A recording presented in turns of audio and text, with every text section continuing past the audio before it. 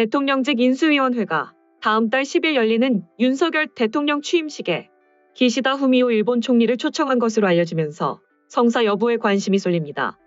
현직 일본 총리의 한국 대통령 취임식 참석은 2008년 2월 이명박 대통령 때가 마지막이었습니다. 이후 한일 관계가 악화하면서 양국 정상이 상대국을 찾는 경우가 뜸해졌고 반일 기류가 강했던 문재인 정권에서는 양국 관계가 최악으로 치달았습니다. 만약 기시다 총리가 일본 집권당 내부의 반대 기류를 무릅쓰고 윤 대통령 취임식에 참석한다면 파탄 지경에 이르렀던 한일 관계가 복원되는 신호탄이 될 것이란 전망이 나옵니다. 한국 측이 윤석열 당선인의 대통령 취임식에 기시다 총리의 참석을 기대한다는 말은 가와무라 다케우이란 친선협회 회장의 입을 통해 나왔습니다. 일본 언론에 따르면 지난 11일부터 사흘간 이란 친선협회 회장 자격으로 방한한 가와무라 회장은 장제원 대통령 당선인 비서실장과 한일의원 연맹 소속 국회의원을 등을 만났습니다. 일본으로 돌아간 가와무라 회장은 지난 19일 기시다 총리를 만나 윤 대통령 취임식에 일본 총리의 참석을 기대하는 한국 측 목소리를 전달했다고 NHK 등이 보도했습니다. 가와무라 회장은 방한 기간 면담 등을 통해 윤 당선인이 한일 관계 개선에 의욕을 갖고 있다고 느꼈다고 기시다 총리에게 말한 것으로 전해졌습니다. 기시다 총리는 오는 24일부터 일본을 방문하는 윤 당선인 측 정책협의단과 관련해 지금의 한일 현안에 대해 어떻게 말하는지 주시하겠다고 말했다고 가와무라 회장이 기자들에게 전했습니다. 국회 한일의원외교포럼 공동대표인 정진석 국회부의장이 이끄는 정책협의단은 24에서 28일 일본을 방문해 일본 정부, 국회, 재계, 학계, 언론계 인사 등을 만날 계획입니다. 한국 측이 기시다 총리의 대통령 취임식 참석을 희망한다는 가와무라 회장의 발언이 알려지자 일본 집권 자민당 일각에서는 반대하는 목소리가 나왔습니다. 교도통신 등에 따르면 사토 마사이사 자민당 외교부회 회장은 20일 열린 당내 회의에서 윤석열 당선인의 대통령 취임식에 총리가 참석하는 것은 있을 수 없다고 말했습니다. 사토 회장은 기시다 총리의 취임식 참석은 한일 관계와 관련해 잘못된 메시지를 줄 수 있다는 취지로 발언한 것으로 전해졌습니다. 그는 회의가 끝난 뒤 기자들에게 24일부터 일본을 방문하는 윤 당선인 측 정책협의단에 대해 한일 역사 갈등과 관련해 어떤 해결책을 가지고 오는지 묻는 것이 중요하다며 만나도 외무상급이라고 말했습니다. 기시다 총리가 한국 측 정책협의단을 만나서는 안 된다는 생각을 드러낸 것입니다. 자위대 출신인 사토 회장은 우익 성향이 강한 정치인입니다.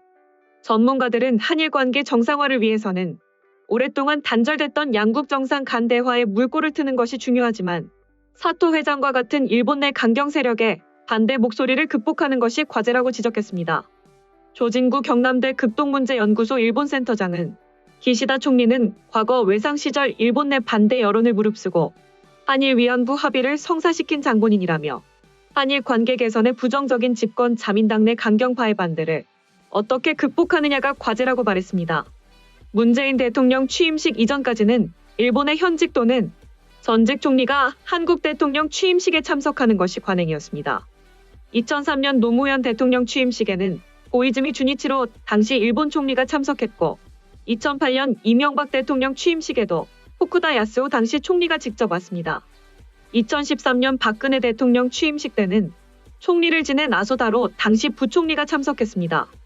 이때는 전임 이명박 대통령이 임기 막바지의 현직 대통령으로는 처음으로 독도를 전격 방문한 뒤 한일 관계가 급속히 악화한 상황이었습니다. 이에 대해 정치 전문가들은 지금 시국에 굳이 일본을 부를 이유는 없다.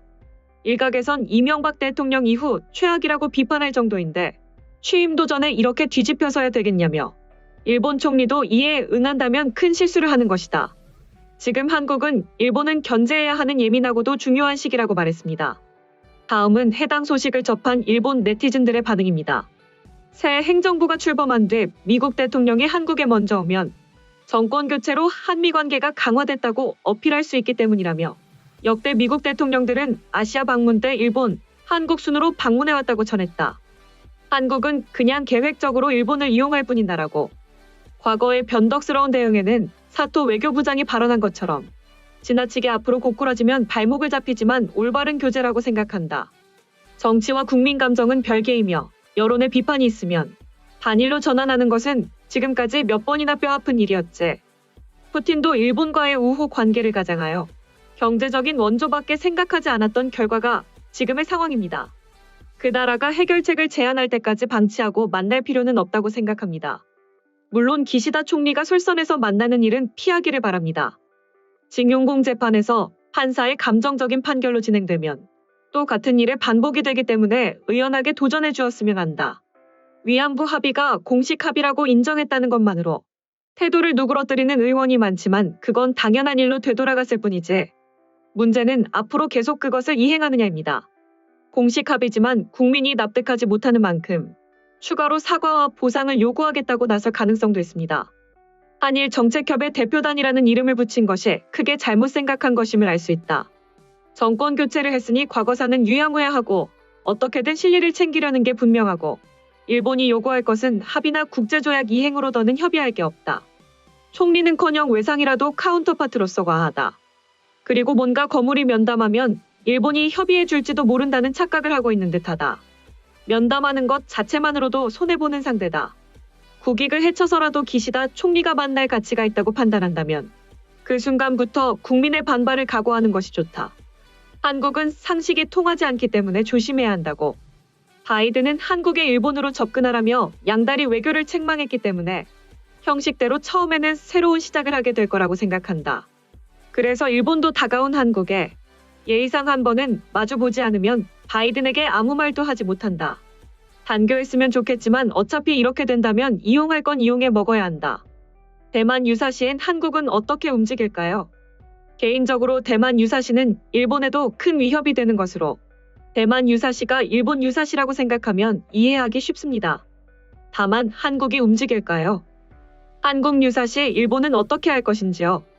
반일 감정이 강한 한국에 일본이 개입하는 것은 이미지상 괴로운 선택이겠네요. 결국 어떤 논의가 있든 그 나라의 이번 정권은 좋지만 차기 후계 정권에서는 또다시 같은 문제가 불거질까봐 걱정스럽다. 일본 국민으로서는 강경하게 불가역적인 약속을 체결하지 않는 한 믿음을 가질 수 없다. 일본의 그 누구든 어떻게 판단해도 이러한 문제가 없어질 거라고 생각할 수 없다. 방심하지 말고 경계가 필요하다. 감정적으로 바람직하다고 생각되지 않고 이중 외교라고 야유를 받아도 어쩔 수 없다고 생각합니다만 일본의 외교에 미국의 의향이 반영되는 것은 현재는 어쩔 수 없다고 생각합니다. 한일 관계에 대해서도 한국에 대한 기대감이라기보다 미국의 의향을 헤아려 어느 정도 개선하려는 자세를 보일 필요가 있을 것 같습니다. 지금과 같은 사면초가 상태가 좋다고 생각되지 않고 양쪽과의 동맹관계를 가진 미국에서 보면 다케시마는 아무 쪽이든 상관없으니 일단 무조건 옥신각신하지 말라는 게 본심일 테고요. 지금까지도 그런 방침으로 해왔겠지만 보다 큰 국익을 위해 어느 부분에서 양보하는 일은 앞으로 더 중요해질 것 같기도 합니다. 우선은 외무 대신 이하에서 자주 이야기해야 합니다. 한국 대통령 당선자가 일본과의 관계를 개선하고 싶다고 해도 한일의 의원이나 국민이 일정 수 있기 때문에 위안부이나 징용공 문제는 곧바로 해결할 수 없다고 이해하고 한미일의 안전보장이나 경제, 민간교류를 촉진해서 앞으로 나아가면 좋지 않을까 생각합니다. 한국이 일본과 서로 협력하자고 말해와도 결국은 아무 일도 해결되지 않는다. 왜냐? 이른바 위안부 합의도 당시 한국 대통령과 일본 총리가 협력해 합의한 것이다. 그것도 불가역적이라는 문구를 붙여서 말이다.